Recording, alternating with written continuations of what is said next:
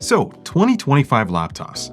Remember back in 2024 when we were super excited about them? This was supposed to be the year when everything came together. RTX 5000 series GPUs, Intel's Arrow Lake processors, Thunderbolt 5, PCI Gen 5 SSDs, Wi-Fi 7, and there's a whole laundry list of things that we were actually looking forward to. Instead, 2025 so far has been a really mixed bag. And if you take a step back and look at what's happening with laptops this year, a lot of them are just playing it safe. They aren't fixing what isn't broken on the design front, but instead, they're upgrading in areas that need improvement and generally just making minimal changes, all while leaning heavily on Arrow Lake to carry the load and justify some pretty big price hikes. And Lenovo's new 2025 Yoga Pro 9i Or Edition fits into that mold perfectly. They're essentially taking the 2024 design, making a few key changes with the display, the connectivity to an extent, but essentially counting on that new CPU and GPU combo. And a quick note about that fancy Tandem OLED screen, it's only going to be available in the most expensive top trim, with most models getting the regular OLED display, which is what I have over here. But more on that later. You see, the question that I'm trying to answer here is, does the minimal upgrade formula actually work for the new Yoga Pro 9i? Well, in order to do that, we're partnering with Lenovo for this video to highlight the differences between Gen 9 and Gen 10 devices. Now, quick note, all the opinions in this video are my own. They're just giving us access to some of these devices early in order to give them feedback of what's great about them and what's not so great about them. So let's get started. And right away, I have to mention the fact that Lenovo's equipping the Pro 9i with GPU configs that run up to an RTX 5070, while there are also multiple CPUs topping out to an Ultra 9 285H. The combined TDP stays the same as the 2024 model at 130 watts. The model that we're testing here is a bit of an odd one. It's equipped with Intel's mid-tier, or I guess a pretty fast Ultra 7 255H processor, but it's paired with the highest end GPU option. We don't have the exact pricing for this specific configuration yet, but I'm gonna expect it to land at around $2,500 US.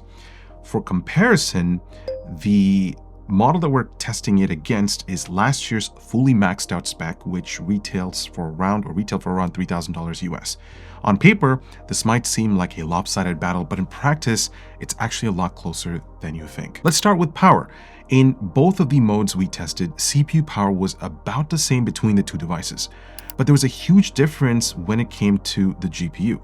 Lenovo has sort of massaged the RTX 5070 for more power in adaptive without negatively impacting noise or temperatures, though it averages about 9 watts less in the performance mode. I'm sure the relatively low temperatures and sound profile is due to their X-Power design, which was pretty good last year and is still proving to be pretty efficient here. And as usual, there's still multiple power options and Lenovo smart modes in the Vantage software, which allows for a ton of additional performance, temperature, and noise tuning as well. But how does that all translate into performance?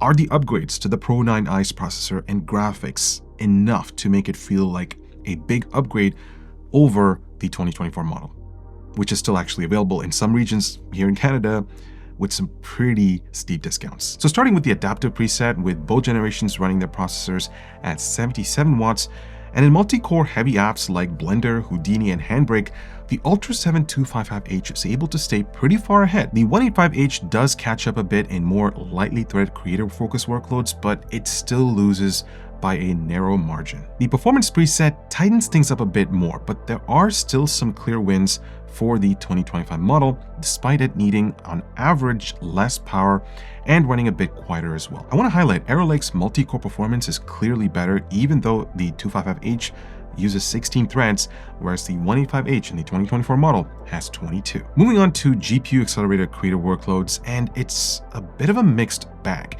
In Blender, Resolve, and Premiere, the 2025 version with its RTX 5070 is simply on another planet. It's just untouchable, and for a lot of people, this alone is enough to sell them the RTX 5070 over last year's 4070. But there are two things to take into account here, guys. First of all, Handbrake doesn't show any improvements whatsoever. And secondly, how much of these wins are due to the RTX 5070 being fed with 20 watts more than the 4070? Well, Not much actually changed, since now with the 4070 chugging back 100 watts, the gap might have narrowed in Resolve and Premiere, but there's still a sizable benefit from moving to the 5070. But we're now seeing a statistical tie in Blender and Handbrake. So NLEs seem to love the RTX 5000 series' revised NVENC engines, while other apps that rely on CUDA cores and power just don't see large benefits. Moving on to gaming, and at first glance, it looks like the RTX 5070 runs all over the 4070 in almost every title, to the point where it's on average 27% ahead, even though our Yoga Pro 9i is only using an Ultra 7 CPU versus the higher clocked Ultra 9 in the 2024 model. And that's sort of big news because it points towards how much of a performance advantage the Core Ultra 200H family has over its predecessors. And yet this only tells part of the story. You see, these are the out-of-the-box numbers that show what someone blind testing these devices would get. I mean, it looks great, right? The only problem is that the 5070 numbers are again being inflated by it running 25 watts higher than its predecessor. But flip that around to the performance mode where the 4070 is allowed to reach 100 watts while the 5070 gets 91, and things just change dramatically. I mean, the new GPU is still ahead in every game, but the overall gap has just narrowed to just 12%. And that really makes you look at this generational shift in a different light, doesn't it? We all had high expectations for the RTX 5000 series, but comparing apples to apples, it really doesn't give meaningful performance uplifts. There's something else going on here as well. I think the situation would have looked even worse if it wasn't for the Core Ultra 7 255H, and that's because the 5070 puts down its best numbers in games that are particularly CPU hungry, like Doom Eternal, Rainbow Six, Cyberpunk, and Warhammer 3. So yeah, the processor has what it takes at times propping up the graphics side, but it is the RTX 5070 holding things back here. So that's how the Gen 9 and Gen 10 compare to one another from a raw numbers standpoint. But if we zoom out a bit and look at the Yoga Pro 9i series, it was designed to be a portable productivity platform, something that's a lot more compact, portable, and lighter than a fully loaded gaming laptop, a device that can stay away from a charger for a long time while still delivering great performance without plugging it in. And it's in the battery life department where the 2025 model really starts to shine.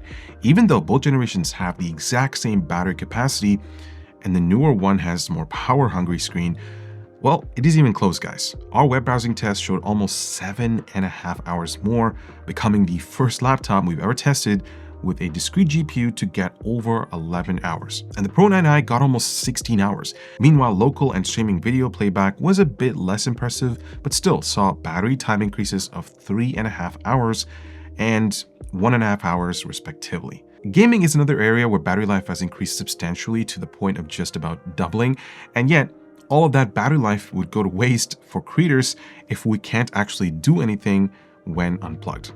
And it's that performance retention which really makes the 2025 Yoga Pro 9i Or Edition stand out, because when plugged in, its overall increases ranged from really good in something like Premiere to minimal at best in Handbrake and Photoshop. But unplug both devices and the 2024 Yoga Pro 9i numbers crater to the point of being borderline unusable in some cases, while the new one actually keeps most of its output. Actually, in Handbrake and Photoshop, performance is just as good on battery as it was when plugged in. So obviously, the new Pro 9i's new CPU and GPU combo can make an absolutely massive difference in some areas, to the point where it's a clear winner over an even discounted 2024 model.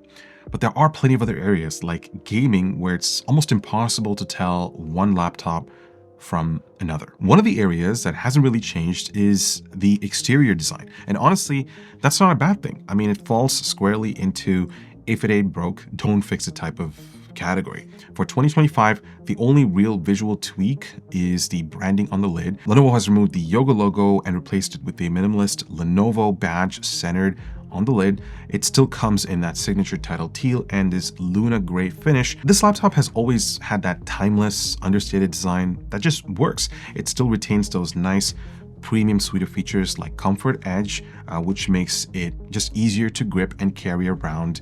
And you also can open the lid with just one hand. And I appreciate the slight lip right over here at the front that gives your finger something to hold on to.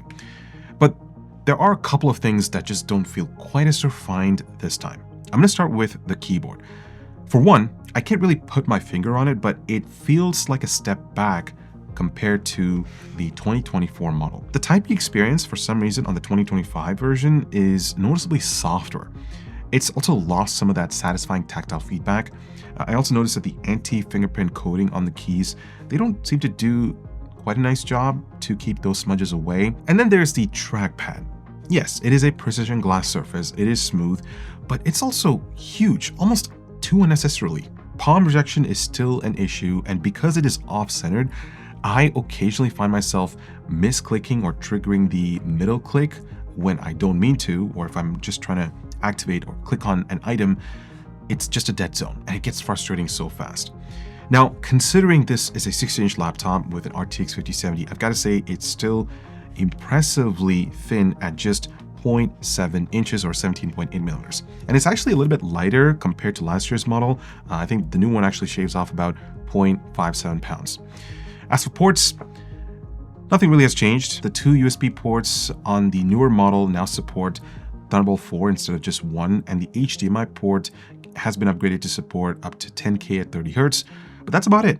I will say though, I am still disappointed that the USB Type-A ports are stuck to 3.2 Gen 1 speeds at 5 gigabits per second instead of Gen 2 10 gigabits per second. I mean, for a 2025 laptop, that feels pretty outdated, and it doesn't really fit the Pro branding that Lenovo's aiming for. And then we get to the display, which is where some of the more interesting changes happen. So last year, Lenovo offered 5 different panel options across IPS and mini LED, ranging from matte to glossy and touch to non-touch options. This year, they're streamlining everything down to just 2. So IPS and mini LED are gone, and it's now all about OLED. Yep. They've embraced OLED. Now, the standard option is a 2.8K 120Hz PureSight Pro OLED, which is what I have over here. It's a solid panel. Even though it's glossy, you still get the same plastic bezels from last year. It covers 100% of the DCI-P3 color gamut, which is up from the 95% on last year's mini LED.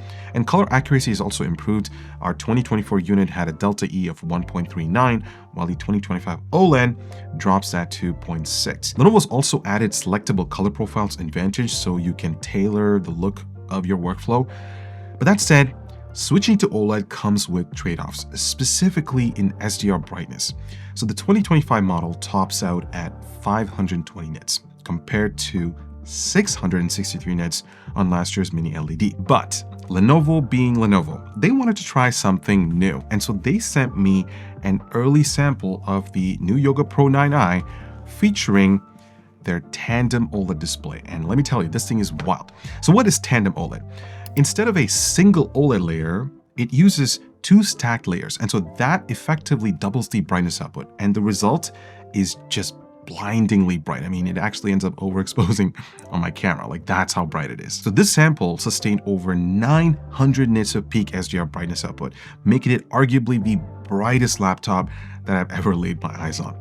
I will say it still needs some color tuning since my calibrator picked up a delta E rating of 3.22, and having these side by side, I noticed that the Tandem OLED was slightly more saturated for my taste over the regular OLED panels, which are already pretty saturated for my liking. Again, this could be due to the fact that this is an early engineering sample, so they still might need to fine tune it, but I still wanted to just bring it up. And if you're sensitive to PW and flicker, this might be something to watch out for. OLED panels typically use low frequency PWMs for brightness control, and both the standard OLED and the Tandem OLED versions show thicker black bars at lower brightness levels compared to last year's mini LED, which handles dimming more consistently. Another thing I need to mention here is that the refresh rate has been dialed back from 165 Hz to 120 Hz on both these models this year. So while I appreciate Lenovo pushing forward with the Tandem OLED technology, I still wish they'd kept a mini LED option in the lineup, maybe tune it for better color accuracy, and maybe also add some sort of anti-glare coating to just sort of cut down these reflections. I mean, after all, these are glossy panels. And yeah, some sort of surface treatment would have been really nice. Okay, I think I saved the best for the last. So let's talk about pricing here, because while the version that we tested here compares really well to a year-old, pretty much identical laptop that costs $500 more when it was launched, the Yoga Pro 9i, at least the newer one, hasn't really been spared from the inflation fare. So the 16GB model has officially been discontinued, which partially explains why the starting price has been boosted by a solid $200, but it's the rest of the lineup that's a bit of a concern. Lenovo couldn't give us the final numbers, but these two identically equipped models from 2 generations are an example. We're probably going to see a $200 to $300 hike right across the entire range. So in a lot of ways, the new Yoga Pro 9i Or Edition perfectly encapsulates what we're seeing with 2025 laptops. Lenovo is essentially playing it safe on the exterior updates while focusing on optimizing the Arrow Lake CPU and the RTX 5000 graphics.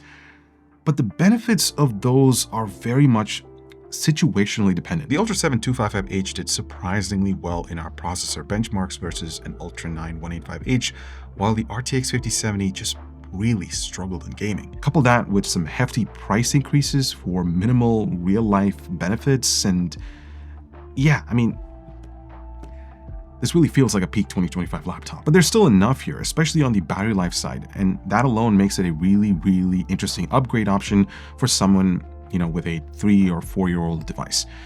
They'll just have to wait for some sales to make this worth the while over the 2024 model. Thanks so much for watching, and I'll talk to you guys in the next one. And don't forget to spend responsibly.